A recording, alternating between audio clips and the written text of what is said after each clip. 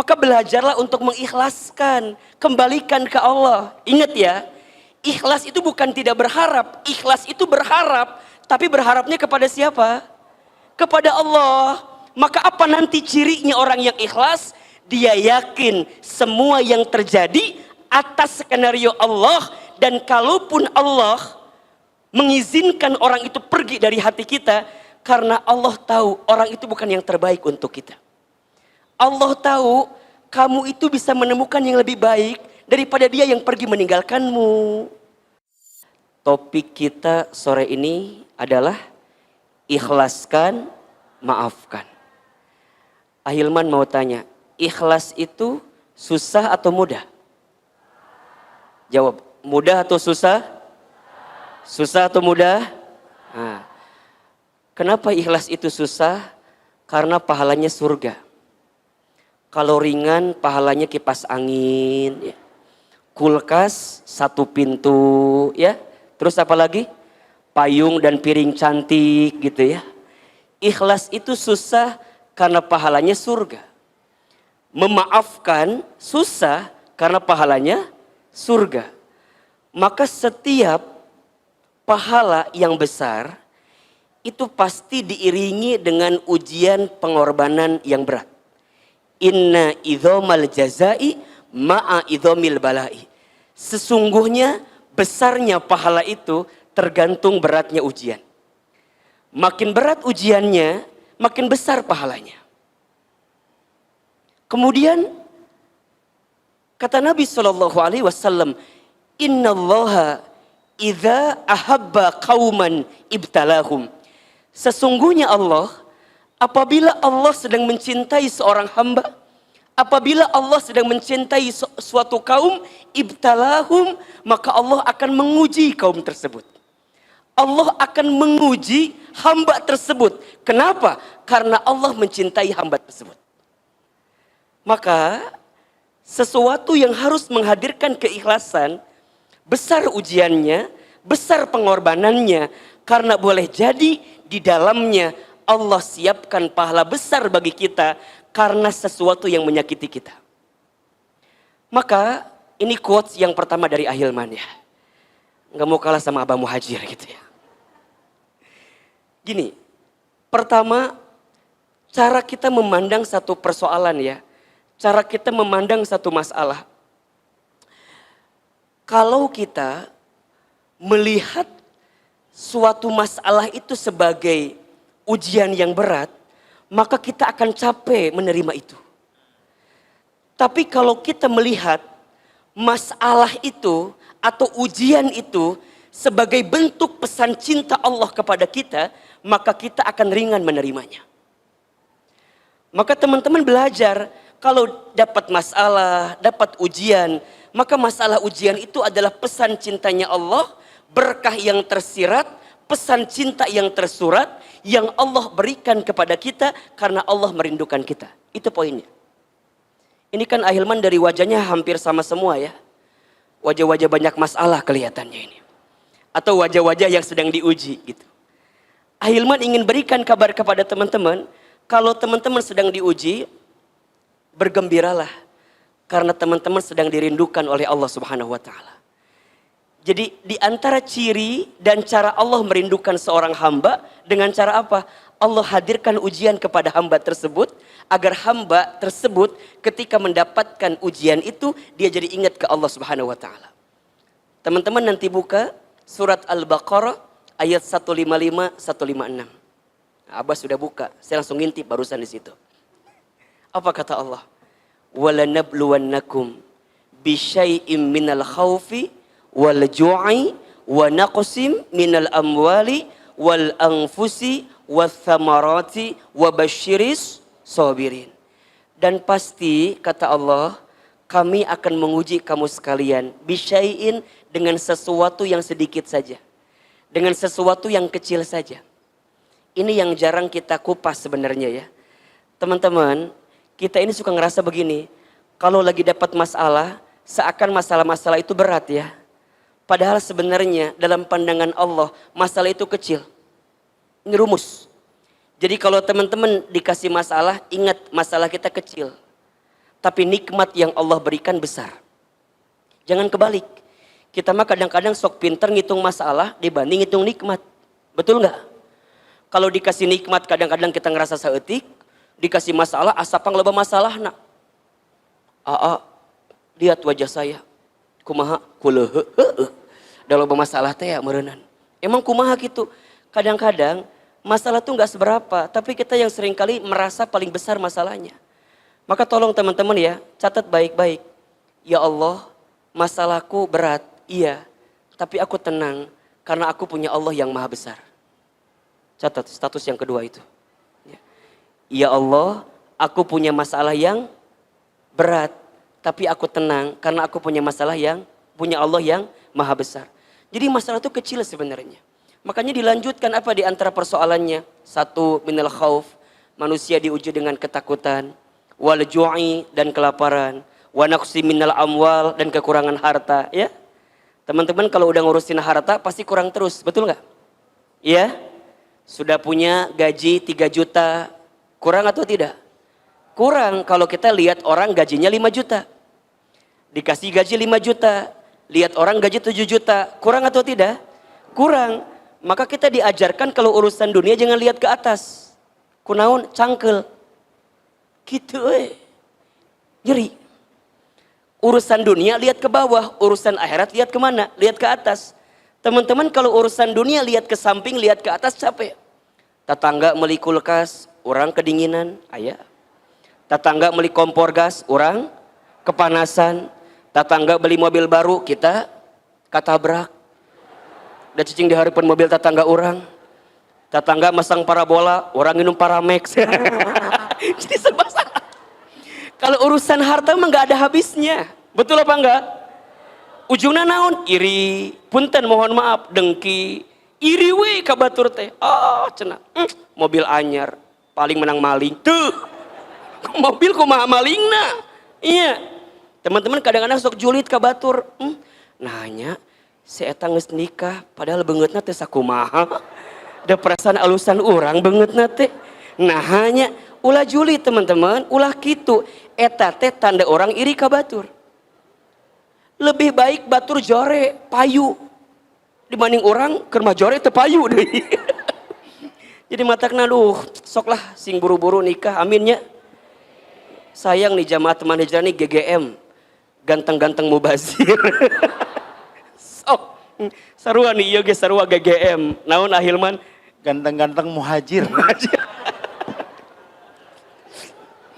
Jadi kadang-kadang ada sifat itu ya, kurang harta gitu. Terus apa lagi? Wal anfus, kegoncangan jiwa, sehat, dikasih ujian sakit ya. Dan kadang-kadang ujian jiwa itu juga datang dari orang-orang terdekat kita. Seorang anak diuji oleh orang tuanya, orang tua diuji oleh anaknya, pasangan diuji oleh pasangannya, termasuk oleh orang-orang yang pernah dekat dengan hati kita. Yang kemudian nanti dia pergi meninggalkan kita. Di situ babnya nanti. Sampai wasamarot, ada harapan yang tak kunjung jadi kenyataan. Apa kata Allah? Kalau kalian diberikan ujian-ujian itu, maka tolong catat. Wabashir, kalian itu lagi dikasih kabar gembira sama Allah. Jadi kalau ada yang diuji dengan ketakutan, diuji dengan kelaparan, kekurangan harta, kegoncangan jiwa, dan harapan yang tak kunjung jadi kenyataan, tolong teman-teman catat, Allah sedang memberikan kabar gembira. Bagi siapa Ahilman? As-sabirin, bagi orang-orang yang sabar. Siapa orang yang sabar itu? Alladzina idza asabathum musibah qalu inna lillahi wa inna ilaihi rajiun. Orang yang sabar itu yang ketika ditimpa musibah dia hanya mengatakan semua datang dari Allah dan akan kembali kepada Allah. Semua milik Allah dan akan kembali kepada Allah. Itulah ikhlas. Jadi ikhlas itu apa Ahilman? Ikhlas itu saat kita berharap bersandar kepada Allah dalam setiap urusan kita. Maka kalau sekarang teman-teman belum ikhlas, apa jawabannya? Coba Ahilman tanya. Kalau kita belum ikhlas, berarti apa jawabannya? Kita masih berharap kepada siapa? Kepada manusia. Berarti kita masih belum berharap kepada Allah seutuhnya. Kita masih berharap kepada manusia. Teman-teman, ada orang yang pernah dekat dengan diri kita. Pernah ada di hati kita. Kemudian dia pergi meninggalkan kita. Sakit atau tidak? Di mana sakitnya? Di dieu tah. Sakit Ahilman, kita berharap banyak, berharap besar sama dia, tapi kemudian dia nggak sesuai ekspektasi kita. Bukan salah dia yang pergi meninggalkan kita, salahnya kita terlalu berharap kepada dia. Catat, status hari Rabu itu. Jangan menyalahkan orang yang pergi meninggalkan kita, jangan. Tapi salahkan kita yang terlalu berharap kepada orang itu. Sehingga ketika dia pergi meninggalkan kita, jadi sakit hati kita. Karena terlalu berharap kepada manusia yang tak pantas jadikan harapan. Seringkali Ahilman sampaikan, berharap kepada manusia itu adalah patah hati yang disengaja. Makin berharap, makin siap patah hati dalam hidup ini. Maka belajarlah untuk mengikhlaskan, kembalikan ke Allah. Ingat ya, ikhlas itu bukan tidak berharap, ikhlas itu berharap. Tapi berharapnya kepada siapa? Kepada Allah. Maka apa nanti cirinya orang yang ikhlas? Dia yakin semua yang terjadi atas skenario Allah. Dan kalaupun Allah mengizinkan orang itu pergi dari hati kita, karena Allah tahu orang itu bukan yang terbaik untuk kita. Allah tahu kamu itu bisa menemukan yang lebih baik daripada dia yang pergi meninggalkanmu. Pertanyaannya, saha Ahilman? Teuing. Ahilman kita apal. Cuman yang jelas ikhlas ini adanya di sini nih. Belajar tadi kata Abah yang pertama apa? Ridho. Menerima. Tarimakeun. Memang sudah terjadi. Teman-teman gak boleh ya bilang begini. Coba dulu ya. Seandainya dulu begini ya. Coba kalau aku gak kenal sama dia ya. Coba. Nggak boleh. Sesuatu yang sudah terjadi tidak boleh kita mengatakan hakada, seandainya hakada. La, teman-teman katakan qadarullah wa ma syaa fa'ala. Sudah jadi ketentuan Allah dan Allah menghendakinya. Kadang kita tuh nggak sadar ya, boleh jadi Allah pernah mengizinkan kita untuk mengenal tentang dia karena Allah sedang mengajarkan kepada kita tentang arti kehilangan dari seseorang yang kita cintai itu. Allah sedang mengajarkan kita bahwa berharap kepada manusia itu nggak enak banget, sakit banget. Kadang-kadang kita tuh butuh ngerasain sakit hati sedikit gitu ya. Kadang-kadang kita harus ngerasain sesuatu yang sakit karena ada pesan gembira yang Allah siapkan untuk kita. Maka kalau sekarang punten ya, teman-teman masih ngungkit, Ustadz coba begini. Aku teh kurang apa ya? Kurang gelis merenan. Yang Ikhwan nanya, aku teh kurang apa ya? Kenapa dia pergi meninggalkan saya? Hiji, kurang duit. Lamun orang sibuk, kalau kita sibuk mencari alasan, capek. Karena akan ada selalu beribu alasan yang menguatkan engkau untuk tidak ikhlas. Itu setan. Jadi kalau teman-teman udah bilang, kenapa ya? Kenapa? Makin sombong kita. Harusnya kan dia tuh mengerti, aku tuh begini. Makin banyak mencari alasan, makin tidak akan bisa ikhlas kita menghadapi setiap ujian. Udah, balikin aja ke Allah. Terima. Jangan pernah menghina keadaan. Karena malam pun tidak pernah menghina takdirnya menjadi gelap. Jangan pernah menghina keadaan. Karena daun pun tidak pernah marah kepada angin yang membuat dia terjatuh dari ranting pohonnya. Jangan minta diulangi deui. Poho deui Ahilman ngomong naon bieu teh. Terimakan aja, terima, ridho. Maka tadi lanjutkan hadisnya. Faman rodiya falahur ridho. Barang siapa yang ridho dengan ketentuan Allah, yang ridho dengan keadaan yang Allah berikan kepada dirinya, falahur ridho. Maka di situ ada keridhaan Allah. Waman sakhito falahus sukhtu. Dan barang siapa yang murka, yang marah, yang benci dengan ketentuan Allah, maka ada kemurkaan Allah di situ. Teman-teman, kalau teman-teman sibuk mencari alasan dari setiap apa yang pergi meninggalkan kita, maka teman-teman tidak akan pernah ikhlas. Mulai hari ini, kalau ingat ya, kalau teman-teman merasa sudah tidak ada lagi pundak manusia yang bisa dijadikan sandaran. Kalau sudah tidak ada lagi telinga manusia yang bisa mendengarkan perasaan hati kita, sudah saatnya tempat bersujud menjadi berbisik terbaik untuk kita bermohon kepada Allah Subhanahu wa taala. Kalau bahasa kita mah ngeus atuh, kembali ke Allah. back to Allah. Boleh jadi selama ini hidup kita terlalu berharap kepada makhluk, kepada manusia, sehingga kita dibuat sakit hati dengan keadaan itu. Ikhlas melepaskan, ridho menerima. Maka nanti ada dua istilah ya, ada ridho, ada ikhlas. Apa bedanya? Ridho itu saat menerima, ikhlas itu saat apa? Saat melepas. Makanya ada lagu kan? Apa lagunya? Melepas dengan ikhlas. Lagu saya teteh Lesti apal. jadi gini. Oke, kalau teman-teman dapat sesuatu yang menyakitkan, apa sikapnya? Ridho, terima. Kemudian teman-teman berusaha untuk tegar, apa sikapnya? Ikhlas. Terima keadaannya, ikhlas melepaskan keadaan itu. Ngelepasinnya kemana? Ngelepasinnya ke Allah Subhanahu wa ta'ala. Ya Allah, ternyata orang yang pernah aku berharap kepadanya, kemudian dia pergi meninggalkanku ya Allah. Aku terima keadaan ini dan aku berharap kepadamu ya Allah, berikan pengganti yang lebih baik dari sakit hati yang pernah aku rasakan. Maka apa yang kedua? Maafkan. Maafkan itu kan saat orang menyakiti hati kita, betul apa enggak? Teman-teman berbuat baik sama orang, kan normalnya pengennya orang tuh berbuat baik lagi sama kita, betul apa enggak? Kan orang yang sakit hati tuh begitu tuh. Orang kita udah berbuat baik, tapi orang enggak berbuat baik sama kita. Jadinya apa? Sakit hati, kan gitu ya. Ahilman yakin, teman-teman yang belum bisa ikhlas, kira-kira di antara sebabnya karena itu. Aku teh udah berkorban untuk dia. Aku teh udah ngasih banyak untuk dia. Tapi kemudian dia pergi mencampakkan aku. Kan itu bahasanya gitu. Aku udah ngasih sekian, aku memberi sekian, berkorban sekian. Kan harusnya dia tuh balas lagi lebih baik dong ke aku.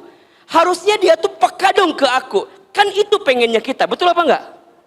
Tiba-tiba orang yang sudah kita berkorban, kemudian dia pergi ninggalin kita, kita sakit. Kenapa? Karena kita berharap kebaikan dari dia. Betul apa enggak? Maka disitulah Allah sedang siapkan pahala untuk kita. Pahalanya apa? Pahala memaafkan. Teman-teman sayang, kalau semua orang berbuat baik kepada kita, semua sama, bagaimana mungkin kita bisa mendapatkan pahala memaafkan? Justru Allah itu boleh jadi menakdirkan ada orang-orang yang menyakiti kita, ada orang yang menzolimi kita, ada orang yang mengkhianati kita, ada orang yang menggores luka di perasaan kita, sengaja. Agar apa? Agar kemudian Allah titipkan pahala kepada kita. Pahala apa? Pahala memaafkan. Jadi nggak apa-apa kalau ada orang yang menyakiti kita. Nggak apa-apa kalau ada orang yang melukai perasaan kita. Karena Allah sedang menyiapkan pahala untuk kita. Apa pahalanya? Pahala memaafkan. Dan teman-teman tahu, ada 3 amalan yang akan membuat seorang hamba dibangunkan istana di surga. Apa di antara amalannya? Yang pertama, falyafu amman dolamaka. Maafkanlah orang yang pernah menyakitimu. Yang kedua, waliyu'ti man haramaka. Memberilah kepada orang yang tidak memberi kepadamu. Memberilah kepada orang yang tidak baik kepadamu. Dan yang ketiga, waliyasil man qata'aka. Sambungkanlah silaturahmi dengan orang yang pernah memutuskannya dengan dirimu. Maafkan orang yang pernah menyakitimu. Memberilah kepada orang yang tidak berbuat baik kepadamu. Dan sambungkan silaturahmi dengan orang yang pernah memutuskannya dengan dirimu. Allah tidak meminta kita untuk melupakan, tapi Allah meminta kita untuk memaafkan. Ahilman, aku sulit melupakan dia. Memang susah. Makin berusaha melupakan makin gak bisa. Maka apa perintahnya? Maafkan saja. Maafkan itu berarti gimana Ahilman? Kita percaya kebaikan yang kita lakukan pasti balasannya juga kebaikan. Kalau bukan dari orang itu, Allah menyiapkan pahala kebaikan untuk kita. Teman-teman jangan khawatir ya. Jangan pernah berpikir gini, Aku sudah berbuat baik, tapi kok orang gak berbuat baik sama saya? Jangan pernah berpikir begitu. Karena dalam pandangan Allah, setiap kebaikan pasti balasannya adalah kebaikan. Hal jazaul ihsan illal ihsan. Tidak ada satu kebaikan pun kecuali balasannya adalah kebaikan. Famay ya'mal mithqala dzarratin khairan yarah wa may ya'mal mithqala dzarratin syarran yarah.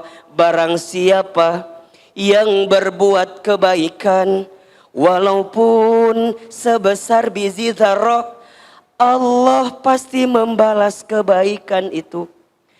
Dan barang siapa yang berbuat keburukan, disembunyikan, dirahasiakan, ditutupi, walaupun sebesar biji zarrah, Allah pasti membalas setiap keburukan itu. Teman-teman sayang, kalau kita udah berbuat baik sama seseorang, tapi kemudian dia tidak membalas kebaikan kita, jangan pernah putus asa. Karena Allah sedang menyiapkan pahala yang lebih baik untuk kita. Apa syaratnya? Maafkan kesalahannya. Ustadz, tapi enak di dia, kata siapa? Teman-teman, jangan mengira orang yang berbuat buruk sama kita nggak dapat balasannya. Mereka dapat balasannya, tapi bukan kita yang membalas. Biarkan Allah yang membalas. Kalau orang berbuat buruk sama kita, kemudian kita berbuat buruk lagi sama orang, bedanya kita sama dia apa? Betul apa enggak? Ustadz, dia selingkuh. Emangnya aku enggak bisa? Aku juga bisa. Punten, misalnya nanti teman-teman berumah tangga ya. Pas berumah tangga misalnya pasangan kita, punten mohon maaf, menyakiti hati kita. Jangan dibalikin. Ustadz, emang pasangan saya aja yang bisa nyakitin saya juga bisa. Saya juga masih lumayan. Mana wajah aku cantik. Badannya juga bagus. Teman-teman jangan pernah berpikir, jangan pernah berpikir membalas keburukan orang kepada kita. Kalau teman-teman berpikir membalas keburukan orang sama kita, berarti kita kehilangan potensi kebaikan dari Allah Subhanahu wa taala. Ikhlaskan, maafkan. Lepaskan sesuatu yang pergi dari kita. Maafkan setiap kesalahan dia yang pernah menggores hati dan perasaan kita. Yakin Allah sedang menyiapkan yang terbaik untuk kita.